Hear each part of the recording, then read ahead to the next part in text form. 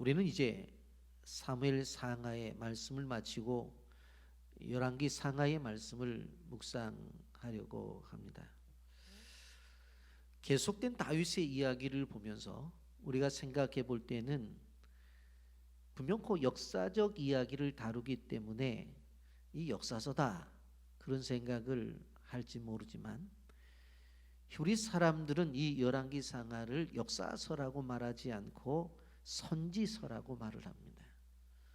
그 이유는 여기에 나타난 이야기가 다윗이나 솔로몬의 이야기가 아니라 하나님의 이야기라고 그들은 생각하기 때문에 그렇습니다.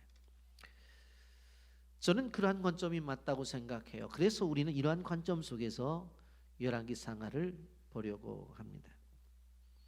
인생을 추나추동으로 비유하자면 언젠가는 나이가 들고 노년기가 찾아오게 되어 있습니다. 몸이 쇠약해지고 기력력도 떨어지는 그날이 온다는 것입니다. 다윗 왕도 예외는 아니었습니다. 오늘 본문은 다윗 왕의 말년에 생긴 하나의 이야기를 전해주고 있습니다. 오늘 이 말씀을 통해서 노년기를 어떻게 살아가야 되는지 하나님께서 주시는 말씀을 듣기를 원합니다.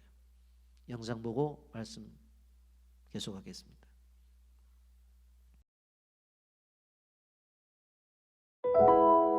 강영우 박사님은 14살 때 아버지를 여의고 중학교 1학년 때인 15살 때 축구를 하다가 공에 눈을 맞아 실명했습니다. 그의 어머니는 아들의 실명 때문에 충격을 받아 뇌출혈로 돌아가셨고 고아가 된 형제들은 뿔뿔이 흩어졌습니다. 그는 장애인 재활원으로, 여동생은 고아원으로, 남동생은 철물점으로, 그는 수년간 방황하며 자살 시도도 여러 차례 했습니다. 당시엔 맹인에 대한 편견이 심했습니다. 맹인이 버스를 타려고 하면 차장이 밀어내기 일쑤였고, 가게에서는 재수가 없다며 오후에 오라 했고, 식당에서는 구석자리에 앉으라고 했습니다. 어느 목사님의 갖지 못한 한 가지를 불평하기보다 가진 10가지를 감사하자는 말씀을 듣고 힘을 얻었으며 마음을 고쳐 먹었습니다. 뒤늦게 공부를 시작하여 맹학교 중등부 1학년 때 영문과 여대생을 만났는데 그녀는 자원봉사로 1년, 누나로 6년, 약혼녀로 3년, 그리고 아내로 34년을 사랑과 헌신으로 그의 그림자처럼 살았습니다. 고난과 역경, 편견 속에서도 연세대를 졸업하고 미국 피츠버그 대학에서 교육전공 철학 박사학위를 취득하였습니다.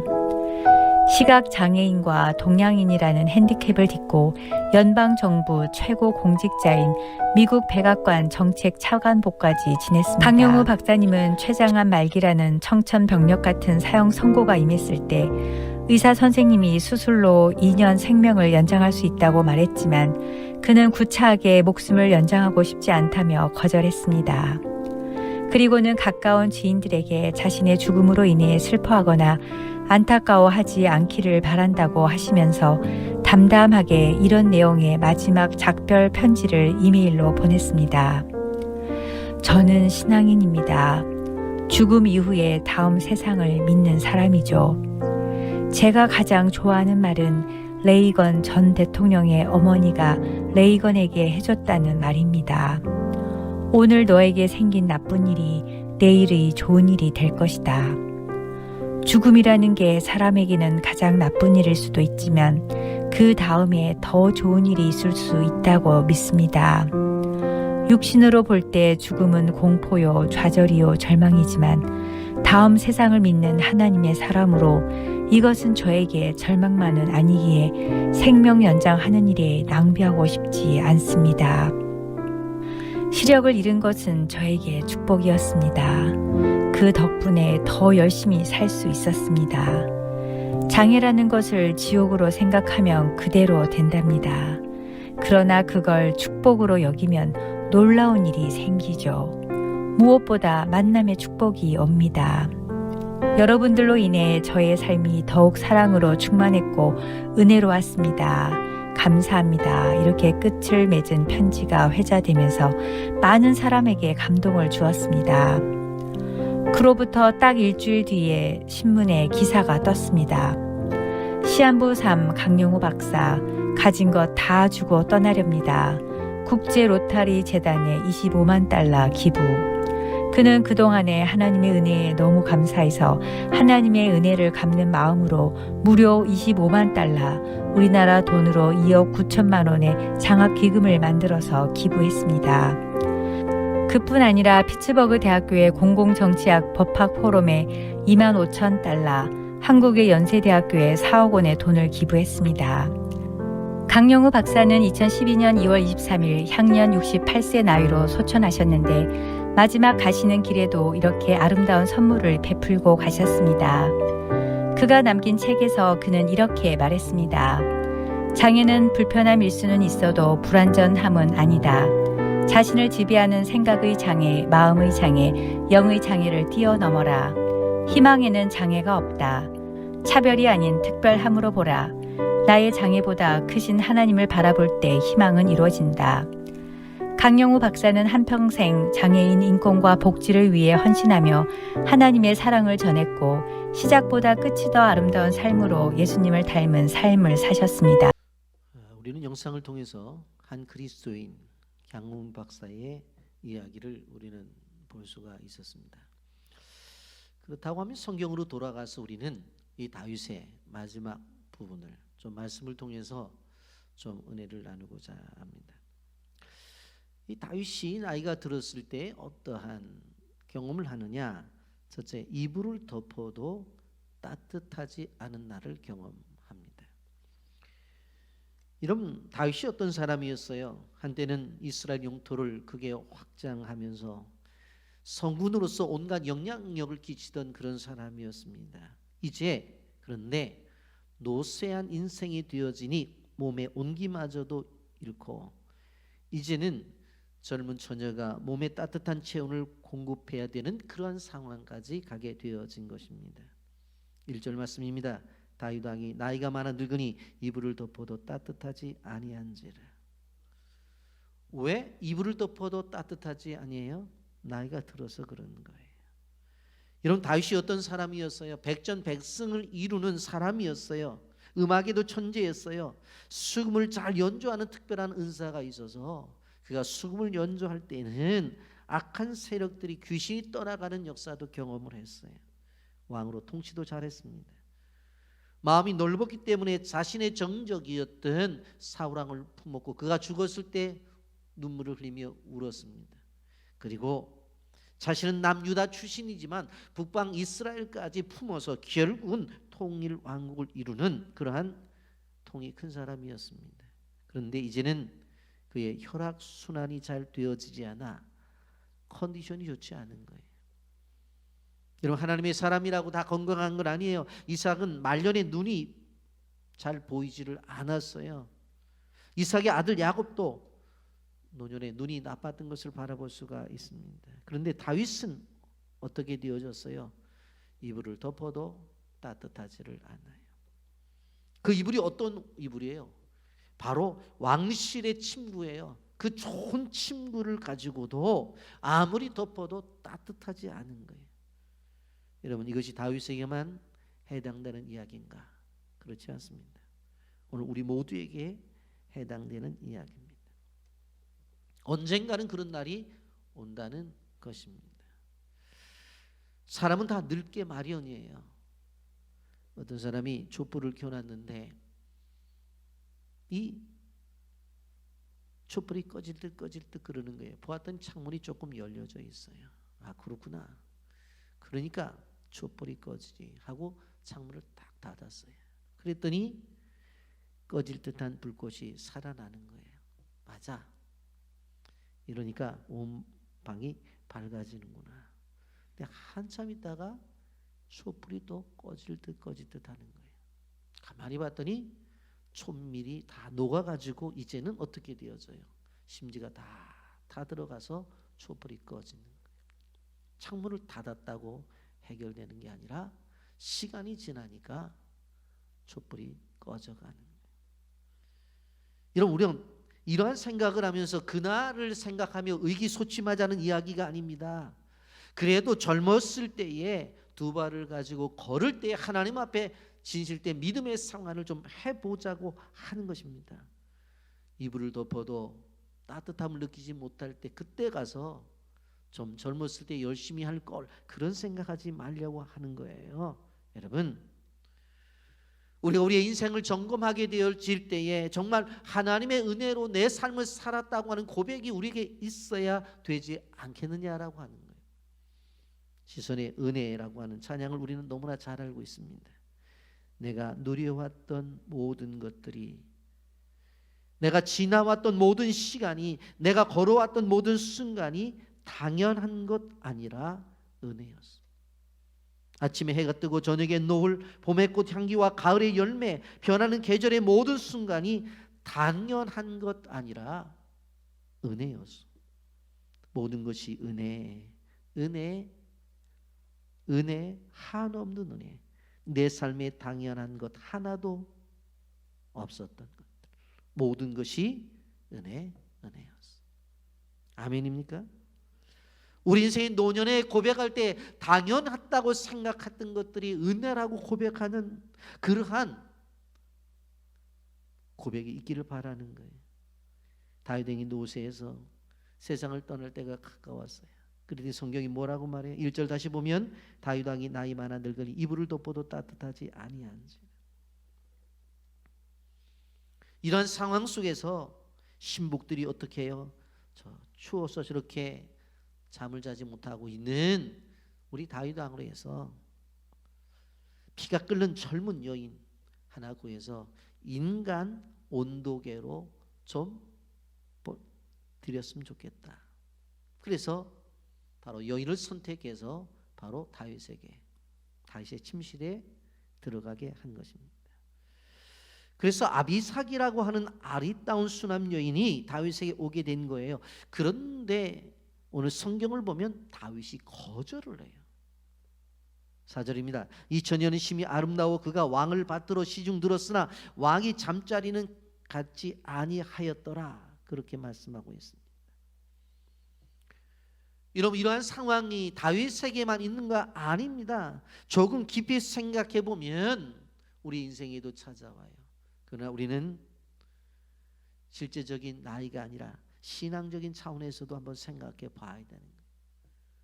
우리가 그렇게 따뜻하게 삶을 살았는데, 항상 은혜 가운데 삶을 살았는데 어느 한순간에 차가워진 나 자신을 발견한다고 하는 거예요. 여러분, 우리가 하나님과의 관계 속에서 이 차가워진 내가, 여러분, 따뜻한 이불 같은 영화의 한 편을 봐서 가능성이 있나요? 그렇지 않아요. 모닥불처럼 피어오르는 그러한 노래 한 자락 갖고 되나요? 그렇지 않아요. 가슴 한편에 피어오르는 따뜻한 위로의 말로도 되느냐? 그렇게 해서도 되어지지를 않아요. 커피 맛을 보겠다고 냄새를 맡으면서 정말 찻집에 앉아있는 고상함 갖고도 되어지질 않는 거예요. 여러분, 이러한 것들의 회복은 바로 십자가를 통해서 경험했던 처음에 그 사랑, 그 장소, 그 현장, 그때로 돌아가야 된다고 하는 거예요. 여러분, 우리가 기억해 봐야 될 것이 무엇인가 하면 자꾸 오늘을 살아가는 사람들이 십자가를 바라볼 때 자꾸 곁눈질을 해요. 그러지 말라는 거예요. 십자가를 바로 바라보라는 거예요. 올해 표가 무엇입니까? 하나님의 얼굴을 구하라는 거예요. 주님 바라볼 때 자꾸 곁눈질하지 마. 바로 바라봐라. 바로 봐라.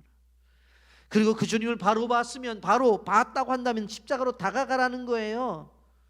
그리고 어느 순간에 은혜를 받았던 그 현장에 있었던 것을 기억하면서 다시 무릎을 꿇으라는 거예요. 그리고 그 무릎을 꿇은 무릎으로 십자가로 다가가라는 거예요. 여러분, 이런 것 외에 차가워진 우리 가슴을 다시 뜨겁게 할 수 있는 방법이 없다고 하는 걸 알아야 돼요. 우리는 수많은 방법을 동원해서 어떻게 하든지 간에 내 첫사랑을 회복하려고 하지만, 그러나 주님 앞에 무릎 꿇지 않고 주님의 얼굴을 바라보지 않고는 그 첫사랑을 회복할 수가 없어요. 여러분, 나이마다 그 나이에 맞게 맞는 일이 있습니다. 어린아이들은 그냥 자라나면 돼요. 그냥 밥 잘 먹고 화장실 잘 가서 늙고 쌀 거 싸고, 그리고 아침에 일찍 일어나서 엄마 하고 일어나면 되는 거예요. 아이들은 다른 거 없어요. 젊어서는 열심히 배워야 돼요. 그래서 이것저것 많은 지식들의 습득이 필요해요. 작년 때는 열심히 가정을 위해서 또 자신을 위해서도 일해야 돼. 그럼 노년 때 뭐 해야 될 것인가? 여러분, 지금 다윗의 나이는 70이에요. 70된 다윗 보고 골리앗과 나가서 싸우라고 그런 이야기 하지는 않아요. 여러분, 그런데 인간의 삶 속에서 쇠약해지는 것도 하나님의 통치 안에 있다고 하는 걸 알아야 돼. 그래서 그걸 받아들여야 돼. 현실을 현실로 인정해야 되는 것이에요. 다윗이 젊었을 때에 골리앗을 이길 때는 하나님이 통치 아래, 하나님의 사랑 안에, 은혜 안에 있는 것이고, 지금 나이가 든 70에서는 하나님의 은혜 아래 있는 것이 아니지 않느냐? 아니에요. 70이 된 이 나이가 든 다윗도 하나님 은혜 가운데 있는 거예요. 우리는 많이 봤어요. 재벌도, 대통령을 하던 사람들도 나이가 들면 노쇠하고 죽게 된다는 거. 하나님의 사람이라고 해서 예외가 되는 게 아니에요. 이런 마찬가지입니다. 언젠가는 다윗처럼 우리도 이러한 때가 올 것이에요. 그럴 때에 후회하지 않는 인생이 되기 위해서 우리 자신들이 매일매일 성실한 삶을 살아가야 되는 거예요. 여러분, 노년에 대한 그리스도인들의 관점은 세상 사람들과는 달라야 돼요.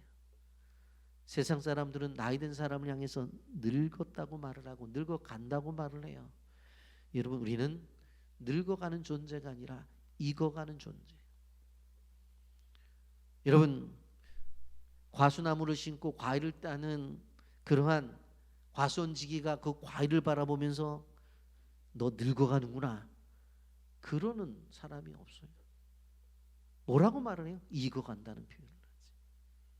여러분, 마찬가지, 우리 인생도 마찬가지예요.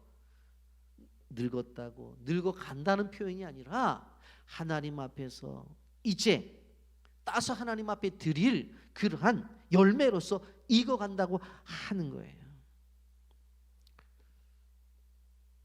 젊은 사람은 안 해도 되고요. 나이 든 사람들 옆 사람과 인사 나누세요. 익어가십니다. 기분 나쁘세요? 인사를 하시라고. 무르익었습니다. 네? 다윗도 그 노쇠함을 어찌할 수가 없었어요.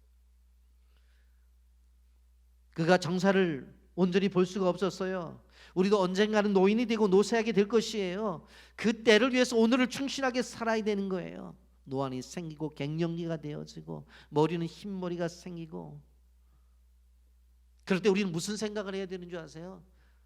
내가 이제 하나님이 계신, 나를 만드신 그분이 계신 그 장소로 나는 돌아가는구나. 하나님께서 사명을 가지고 이 땅 위에 80년 혹은 90년 100년 이 땅에서 살라고 말씀하셔서 이 땅에서 내가 생활을 하다가 만드신 그분 앞으로 가는 거예요. 만드신 그분 앞으로. 그래서 죽는다는 표현보다도 우리 어떻게 표현해야 돼요? 나를 만드신 그 하나님 앞으로 나는 간다.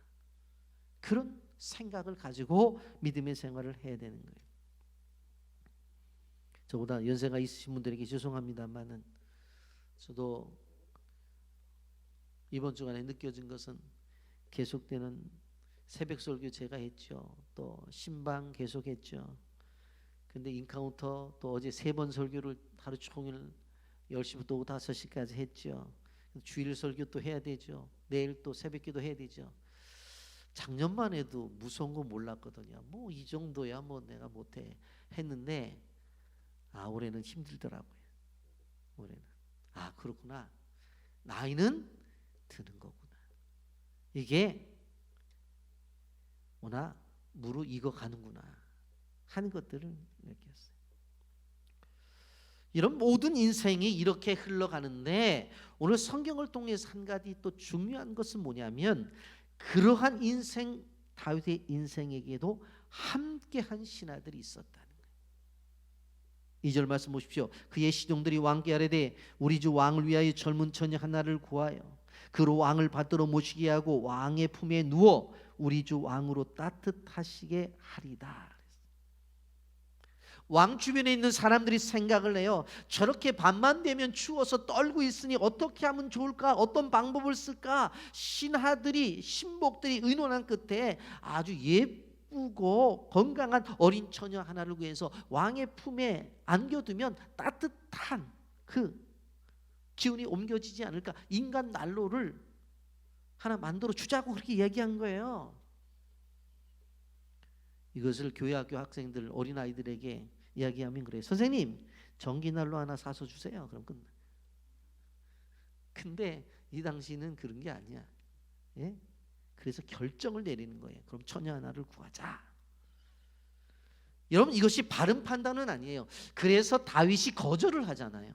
바른 판단 같았으면 다윗이 수용을 하죠. 그런데 거절을 해요. 다윗이 신복들이 그러면 건강한 처녀를 구하기 시작해. 전 국토에. 그런데 예수님께서 자라나 나사렛에서 11.2km 정도 되어지는 헐몬산 동남쪽에 수냅이라고 하는 지역이 있는데 그 지역에 사는 사람들은 다 미녀였어요. 미녀. 아마 만수동 같아요. 다 미녀들만 살아요. 거기 가갖고 뭐 물어볼 거 있어? 거기 가면 다 이쁜 사람들만 있잖아. 그래서 찾아간 거예요. 그래서 여인을 선택한 거예요. 그래서 이 여인을 데려다 봉양하라고 한 거예요. 이런 다윗의 인생을 보면 주변에 그의 인생을 삶을 통해 볼 때 충성스러운 사람들이 많았어요. 사울을 피해 아굴람 굴로 갔었을 때 400명이 그와 함께 했었고 블레셋 아기스로 쫓아갔을 때도 그 땅도 함께한 사람들이 있었어요. 그리고 아들 압살롬에게 쫓겨나갈 때도 같이 울면서 동행한 사람들이 있었던 것을 바라볼 수가 있습니다. 그런데 나이가 든 지금도 다윗을 떠나지 않고 함께한 사람들이 있었다고 하는 것입니다. 그러니까 권력을 가지고 있을 때도 함께했어요. 능력이 있을 때도 함께했어요. 그런데 기진맥진해서 자기 몸 하나 감당하지 없는 그 순간에도 함께하는 사람이 있었습니다. 이것이 참으로 귀하다고 하는 것입니다. 여러분 그렇기 때문에 다윗은 끝까지 행복한 사람이었어요. 여러분 우리가 주님을 섬길 때에 마음의 변함이 없어져야 돼요. 주님의 몸된 교회를 섬김에 있어서 변함이 없어야 된다고 하는 거예요. 교회가 잘 되고 부흥이 되면 교회를 자랑하고 교회에 있다가 교회가 어려워지고 힘들면 교회가 멀어지고 교회를 떠나는 일은 있어서는 안 됩니다. 여러분 에베소서 6장 24절에 우리 주 예수 그리스도로 변함없이 사랑하는 모든 자에게 은혜가 있을지어다 그랬어요. 변함없이 사랑을 해야 되는 거예요. 환경에 상관없이. 잠언서 25장 13절 말씀입니다. 충성된 사자는 그를 보낸 이에게 마치 추수하는 날의 얼음 냉수 같아서 능히 그 주인의 마음을 시원케 하느니라 그렇게 말씀했습니다. 여러분 우리나라도 6월달이 되면 보리타작을 하고 모내기를 하잖아요. 너무너무나 바쁘잖아요. 그럴 때 땀을 뻘뻘 흘릴 때 여러분 얼음이 들어가 있는 냉수 하나를 가서 전해보세요. 그럼 어떤 생각이 들어요? 단지 육신적으로만 시원한가요? 아닙니다. 그 얼음 물 한 컵이 뭐예요? 마음까지 시원하게 만들어요. 그 사람을 바라보면서 너무 고맙게 생각이 되어지는 거예요. 그리고 지상의 모든 것을 얻은 것 같아요. 여러분 우리가 꼭 기억해야 돼요. 충성이라고 하는 말 안에는 신실함이라는 내용이 내포가 되어져 있습니다. 초대교회 감독이었던 폴리갑에게 이제 당시의 총독이 개종을 강요하다가 하다가 한다가 안 되니까 그러면 나가서는 예수를 믿더라도 내 앞에서 한번 자기 예수 안 믿는다고 한마디만 하면 너 살려주겠다 그렇게 얘기를 했어요. 그랬더니 그 총독 앞에 폴리갑이 뭐라고 얘기를 해요? 86년간 나는 그를 섬겨왔고 그는 내게 아무런 잘못한 적도 없고 내게 늘 주님으로 계셨는데 내가 그분을 어떻게 부인할 수 있느냐. 그래서 결국 그는 모든 사람들이 보는 앞에서 화형, 불로 타 죽는 화형을 당해. 그 한마디만 했으면 살을 들 텐데. 이런 충성이라는 것이 뭐예요? 주님과 끝까지 하는 것이 충성이에요. 다윗 때문에 중요한 것은 무엇이냐면 그가 젊었을 때도 그리고 그가 나이 들 때도 함께하는 사람이 있었어요. 그가 권력을 갖고 있을 때도 그가 모든 것을 내려놓을 때도 함께 하는 사람이 있다. 저는 교회 사역을 하면서 이런 표현에서 죄송합니다만 교회 힘들잖아요. 근데 제가 행복한 게 왜 그런 줄 아세요? 여러분들이 있어서, 함께하는 여러분들이 있어서. 어제도 제가 저 집사람하고 끝나가면서 깜짝 놀랐어요. 그 얘기를 했어요. 야, 인카운터 했는데 어떻게 그렇게 많은 사람이 왔어요? 어떻게 이렇게 많은 사람이 참여하냐? 함께하는 게 그렇게 중요한 거예요. 여러분, 그리고 다윗의 생애를 통해서 또 하나 볼 수 있는 게 뭐예요? 다윗은 비움으로 성화를 이루었다는 거예요. 따라서 하십시오. 다윗은 비움을 통해 성화를 이루었다. 여러분, 본문에 보게 되어지면 아비삭이라고 하는 여인은 이스라엘 전체의 땅에서 고르고 골라서 데리고 온 최고의 미인이에요. 내 성경은 뭐라고 말했어요? 심히 아리따운 자라고 표현을 해요. 여기에 심이라고 하는 말은 하나님께서 세계를 창조하신 후에 그 지으신 모든 것을 보시니 심히 보기에 좋았다 그랬어요. 하나님이 천지 만물을 창조하시고 보실 때 심히 좋았다고 하는 그 심이가 바로 이 아비삭, 그 여인.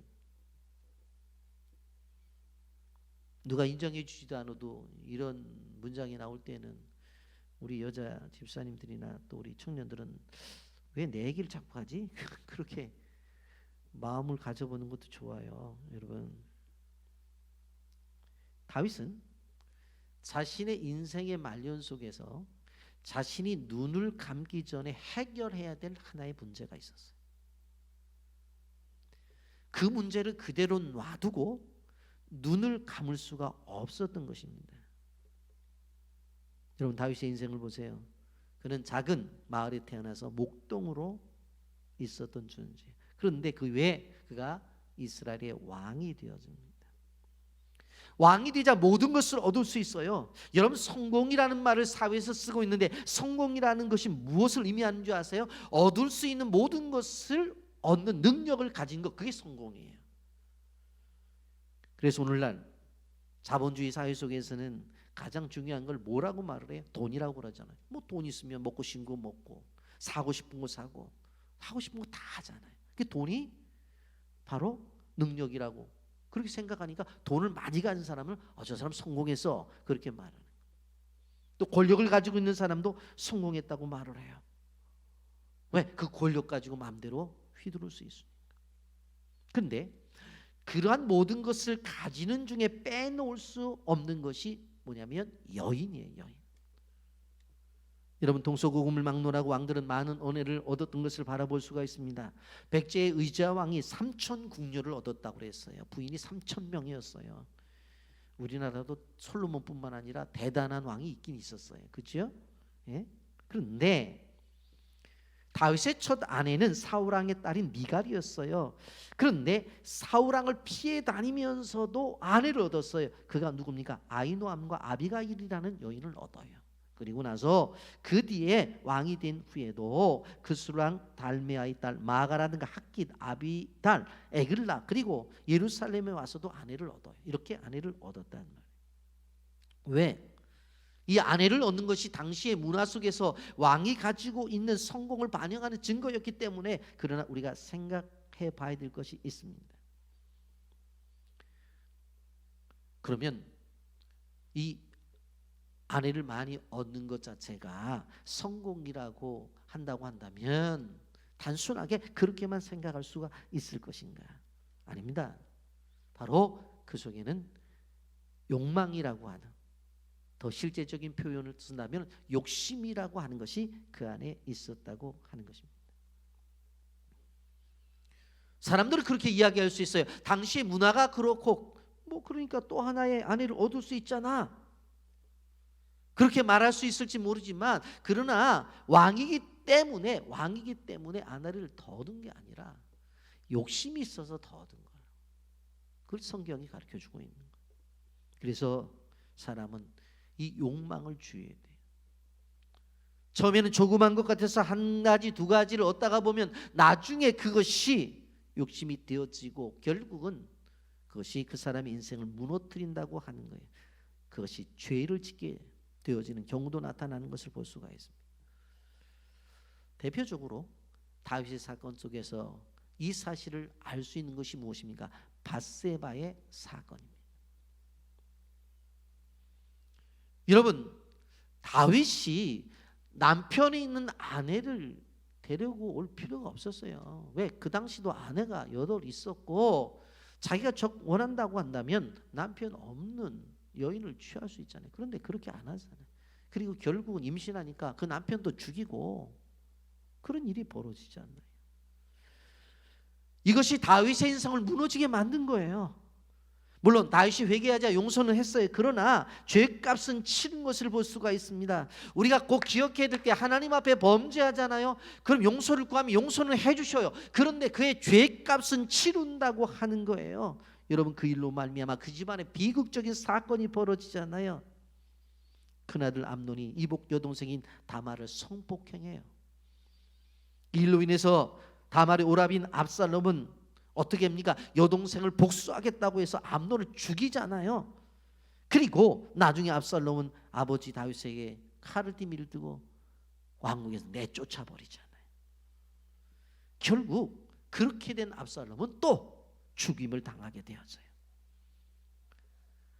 다윗의 전체 인생 가운데서 어떻게 보면 밧세바를 취한 그 다음부터의 한 토막이라고 말할 수 있는 이 기간은 엄청난 다윗의 인생의 고난이었고 고통이었고 아픔이었어요. 다윗이 왕의 복귀를 했습니다마는 마음의 괴로움이 너무 많아요. 그러다가 나이가 든 거예요.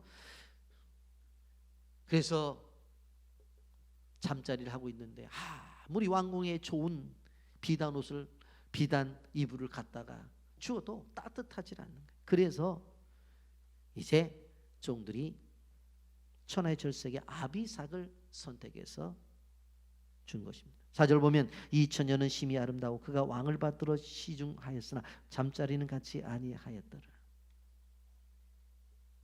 한마디로 다윗이 거절한 거예요. 어느 날 잠을 자고 려고 하는데 똑똑 문을 두드리는 거예요. 누구세요? 신하가 이야기를 해요. 밤자리에 추워서 주무시지 못하는 것들을 우리가 알기에 실질적으로 그것을 위해서 아주 예쁜 아주 따뜻함을 줄 수 있는 아가씨를 자매를 하나 준비했습니다. 여러분, 이 자매가 이스라엘 전체 속에서 가장 아름답다고 그랬죠. 우리식으로 말하면 미스 코리아의 미스 코리아. 근데 다윗이 어떻게 해요? 그 아비삭을 내보내요. 들어오지 말라는 거예요. 결코 쉽지 않은 일이 지금 필요해요. 근데 안 하겠다는 거예요. 여러분, 이 본문은 다윗의 인생의 마지막을 이야기하면서 우리가 인생을 어떻게 마무리해야 될 것인가, 인생의 마무리는 완성이에요. 완성. 그렇기 때문에 우리가 인생의 마무리를 어떻게 완성해야 될 것을 배우는 거예요. 사람들은 많이 가지면, 많이 얻으면 삶이 완성된다고 생각해요. 다윗처럼 장군이 되어지고 왕이 되어지고 이렇게 되어지면 목표를 달성했다는 그런 생각을 해요. 그런데 우리가 기억해야 되는 것은 무엇인가 하면 우리 인생을 손에 쥐는 순간에 완성이 되는 것이 아니라 오히려 비우는 순간에 완성이 된다는 걸 알아야 돼요. 우리가 쥐는 순간에 완성이 된다고 한다면 죽을 때 다 가져가야 되죠. 그런데 하나님이 보실 때 마지막 완성은 뭐예요? 다 내놓고 가라는 거예요. 빈 거예요. 여러분, 오늘 이 본문을 통해서 우리가 기억해야 되는 것은 뭡니까? 다윗의 비움을 보여주는 거예요. 예전에 다윗이라고 그러면 잘했다, 어떻게 내 마음을 알았냐, 그래도 지난밤에도 추워서 잠 못 잤는데 빨리빨리 들여보내라고 해서 아유 정말 이쁜 애를 골랐구만, 아비삭을 어떻게 했을 것 같아요? 품에 안았을 거예요. 그런데 이제는 아니에요. 이제는 아니라고. 여러분, 다윗이 그냥 받아들였다면 어떻게 됐었을 것 같아요? 끝없는 욕망에 사로잡혔다가 그 나이 많은 노인네가 끝까지 여자를 탐내던 여인으로 죽었다라고 끝났을 거예요. 근데 성경이 뭐라고 말해요? 왕이 잠자리는 같이 하지 아니하였더라. 이 말씀 한 구절 때문에 다윗의 인생이 아름답고, 우리가 이 말 한마디 때문에 과연 다윗은 다윗이구나 라고 생각할 수가 있다고 하는 것입니다. 우리는 어떻습니까?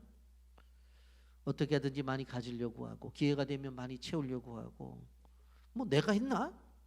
신하들이 한 거지 라고 그렇게 말할 수 있어요. 여러분, 우리는 우리의 삶을 통해서 가지고 있는 것의 기쁨보다도, 아니면 비움이 가져다 주는 기쁨에 대해서 우리 그리스도인들은 알아야 되는 거예요. 여러분, 열왕기상 21장에 보면 아합왕이라는 왕이 나타나요. 북방 이스라엘의 왕이었어요. 그런데 마차를 타고 어느 날 지나가다 보니까 길가에 포도나무들이 있는데, 포도나무에 그 포도가 열렸는데 너무너무 탱글탱글하게 잘 열렸어요. 가서 먹어보니까 너무 맛있어요. 누구 거냐 그러니까 나봇 거래요. 그럼 왕이 다른데 자기가 농사 잘 지어가지고 포도 따먹으면 되잖아요. 그런데 그걸 자기가 가지겠다는 거예요. 가지겠대. 나봇이 뭐라, 안 된대. 이거 조상 쪽부터 하나님이 주신 거라 안 된다는 거예요.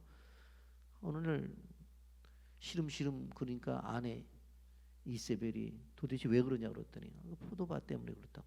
아니, 그 왕이 뭘 걱정하냐고, 죽이고 가져오면 되지. 그래 가져오잖아요. 여러분, 그런 게 아니에요. 그런 게. 여러분, 우리는 지금 겨울을 보내고 있어요. 겨울은 비움을 생각하는 계절입니다. 봄에는 이것을 심으면 자라나겠지, 가을에 열매를 맺겠지 기대감이 있죠. 여름에 힘차게 자라나는 것을 바라보면서 저기에서 가지차에서 옷꽃이 피네, 열매를 맺으면 많이 따겠지. 가을은 또 열매를 따잖아요. 그런데 겨울은 뭐예요? 얻고자 하는 것들이 어떻게 돼요? 다 잠자고 있는 상태. 어떻게 보면 우리 인생의 브레이크를 밟은 그런 때라고 생각할 수 있어요. 이럴 때 우리가 우리 자신들을 생각해 봐야 돼요. 얻으려고 끊임없이 씨를 뿌릴 때도 중요하고, 그 자라나는 것을 잡초를 뽑는 여름도 중요하고, 있는 것을 거둬들이는 가을도 중요하지만 아무것도 거둬들일 수 없는 그 겨울 때 무엇을 생각해 봐야 돼요? 이 자연의 이치 속에서 비움을 생각해 봐야 돼요. 빌립보서 2장 5절은 이렇게 말씀하고 있습니다. 너희 안에 이 마음을 품으라. 곧 그리스도 예수의 마음이니 그는 근본 하나님의 본체시나 하나님과 동등됨을 취할 것으로 여기지 아니하시고 오히려 자기를 비워 종의 형체를 가지사 사람들과 같이 되셨고 사람의 모양으로 나타나사 자기를 낮추시고 주기까지 복종하셨으니 곧 십자가에 죽으심이라. 여러분, 그리스도인들은 무엇을 얻게 되어질 때에 기쁘죠. 그런데 그것이 자연적으로 얻게 된 것인지 또 자신의 수고와 노력으로 얻게 된 건지를 알아야 돼요. 혹시나 나는 얻었다고 그랬는데 상대방이 빼앗겼다고 그러면 그거는 안 되는 거예요. 그 어둠에 대해서, 나에게 주어진 어둠에 대해서 이것이 정말 어떻게 왔는지를 늘 생각해야 돼. 그리고 더 나가서 어떻게 되어죠? 나에게 주어졌을 때 그것이 비움으로 바뀌어져야 돼. 나에게 올 때는 한 사람에게 오잖아요. 나는 기쁨이잖아요. 그런데 그 비움은 어떻게 될까요?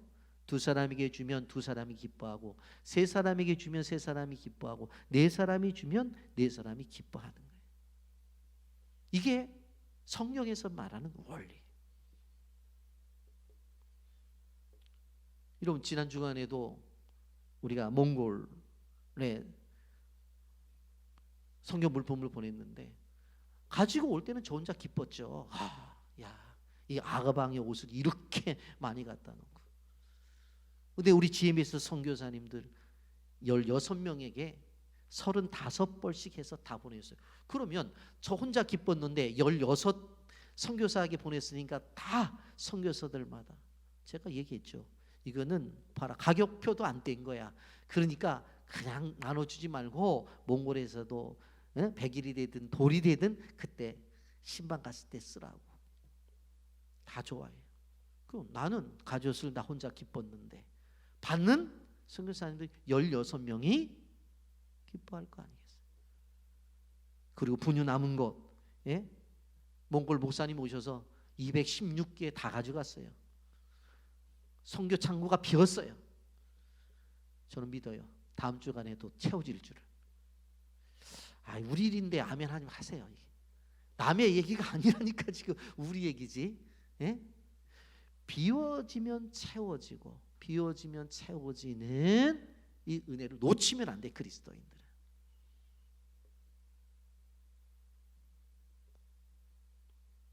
여러분, 만약에 다윗이 욕심을 냈어요. 야, 너 시내들 잘했다. 그래서 그 여인을 품에 안았더라면 다윗은 남은 인생 따뜻하게 살 수 있을지 모르지만 그 아비삭의 인생은 어떻게 됐었을까요? 주변에 손가락질 안 받았을 것 같아요. 야, 나이가 몇인데 그 뭐 돈 준다고 왕이 부른다고 가서부터 시작해서 그래서 다윗왕은 죽었어. 그러면 이 여인은 시집 갈 수 있었을까? 다른 사람의 인생을 생각해 봐라. 우리의 비움을 통해서 실질적으로 하나님이 이루시고자 원하시는 것들을 우리가 기억해야 돼요. 우리의 욕망이 계속되는 한 결국은 뭐냐면 나뿐만 아니라 다른 사람들도 행복할 수가 없다는 걸 알아요.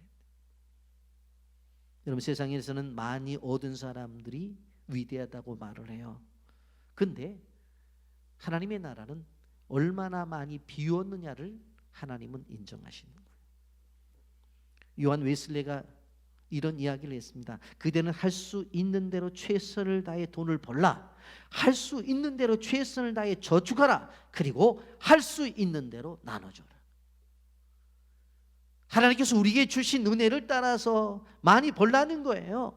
그리고 많이 저축하라는, 그리고 다 나눠주라는 거예요. 저도 이 말에 대해서 동감해요. 여러분, 이번 주간 명절 주간이죠. 명절은요 딱 두 가지가 있어요. 뭔 줄 아세요? 채움과 비움을 동시에 할 수 있는 거예요. 선물 들어오잖아요. 채워지잖아요. 야, 사과도 2박스네 3박스네. 아유, 배도 들어왔네. 다른 것도 쌓아놓고서 아이고, 야, 들어오는 애들이 이게 뭐야? 아빠가 그래도 세상을 살아가면서 인정받았지. 옆에 쌓여있는 거 봐라. 인정해요. 근데 어떻게 돼야 되는 줄 아세요? 그 다음날 애들이 아니, 그 많던 거 다 어디 갔어? 다 나누었어. 다 나누었어. 그런 가정이 되어져야 돼. 얼마를 모았느냐가 중요한 것이 아니라 얼마를 나누었느냐를 중요하게 보시는 주님을 우리는 기억해야 돼요. 이것이 무엇입니까? 비움의 비밀이에요.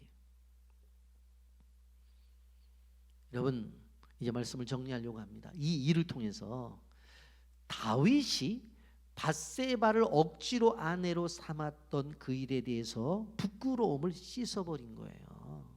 단순한 게 아니에요. 남의 아내를 데리고 오고 그 남편을 죽였던 그 엄청난 일, 그 일을 통해서 하나님 앞에 엄청난 벌을 받았는데, 다윗을 보니까 그게 아니야. 나이가 70이라서 이불을 덮어도 따뜻하지 않을 때 따뜻한 여자들도 내보냈대. 그러면 그렇지. 그 다윗이 자신의 과거의 부끄러움을 씻을 수 있는 결과를 만들어낸 거예요. 그러니 이 여인 하나를 밖으로 내보낸 것은 단순한 사건이 아니라 다윗의 인생에 있어서 정말 아름다운 열매를 맺는 사건이라고 하는 거예요. 그것을 우리는 보셔야 되는 거예요. 아비삭과 동침하기를 거부하는 순간 그의 몸은 계속 추웠어요. 그날 밤도 잠을 자지 못할 수 있어요. 그럼에도 불구하고 그것이 하나님 보시기에 옳았기 때문에 그렇게 행동한 거예요. 어떻게 생각해 보면 첫사랑을 회복하는 거예요. 예전에 베들레헴의 소년원에서 양떼를 몰고 숨을 타면서 하나님을 찬양하던 그때 아름다운 모습, 그 소년 시절의 첫사랑을 회복하게 된 거예요. 왜 회복하게 된 거예요? 거절을 통해서, 비움을 통해서 순수하게 돌아간 거예요. 이것이 진정한 성공이고 이것이 진정한 완성이에요. 그러니까 다윗은 아비색을 내보내는 게 완성이에요. 가지는 게 완성이 아니에요. 여러분, 강용호 박사 그리스도인이잖아요. 한국 사람이잖아요. 미국 정부에 들어가서까지 일을 한 대단한 사람이잖아요. 그의 완성은 무엇이었습니까?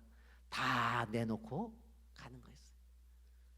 수술하면 좀 더 살 수 있는데 그것마저도 내놓고 가는 것, 그게 그분의 완성이었어요. 여러분, 올해 한 해를 시작하면서 우리는 오늘 본문을 보면서 나이 들매에 대한 것들을 우리가 생각합니다만은 내 인생에 대한 생각을 해봐야 돼요.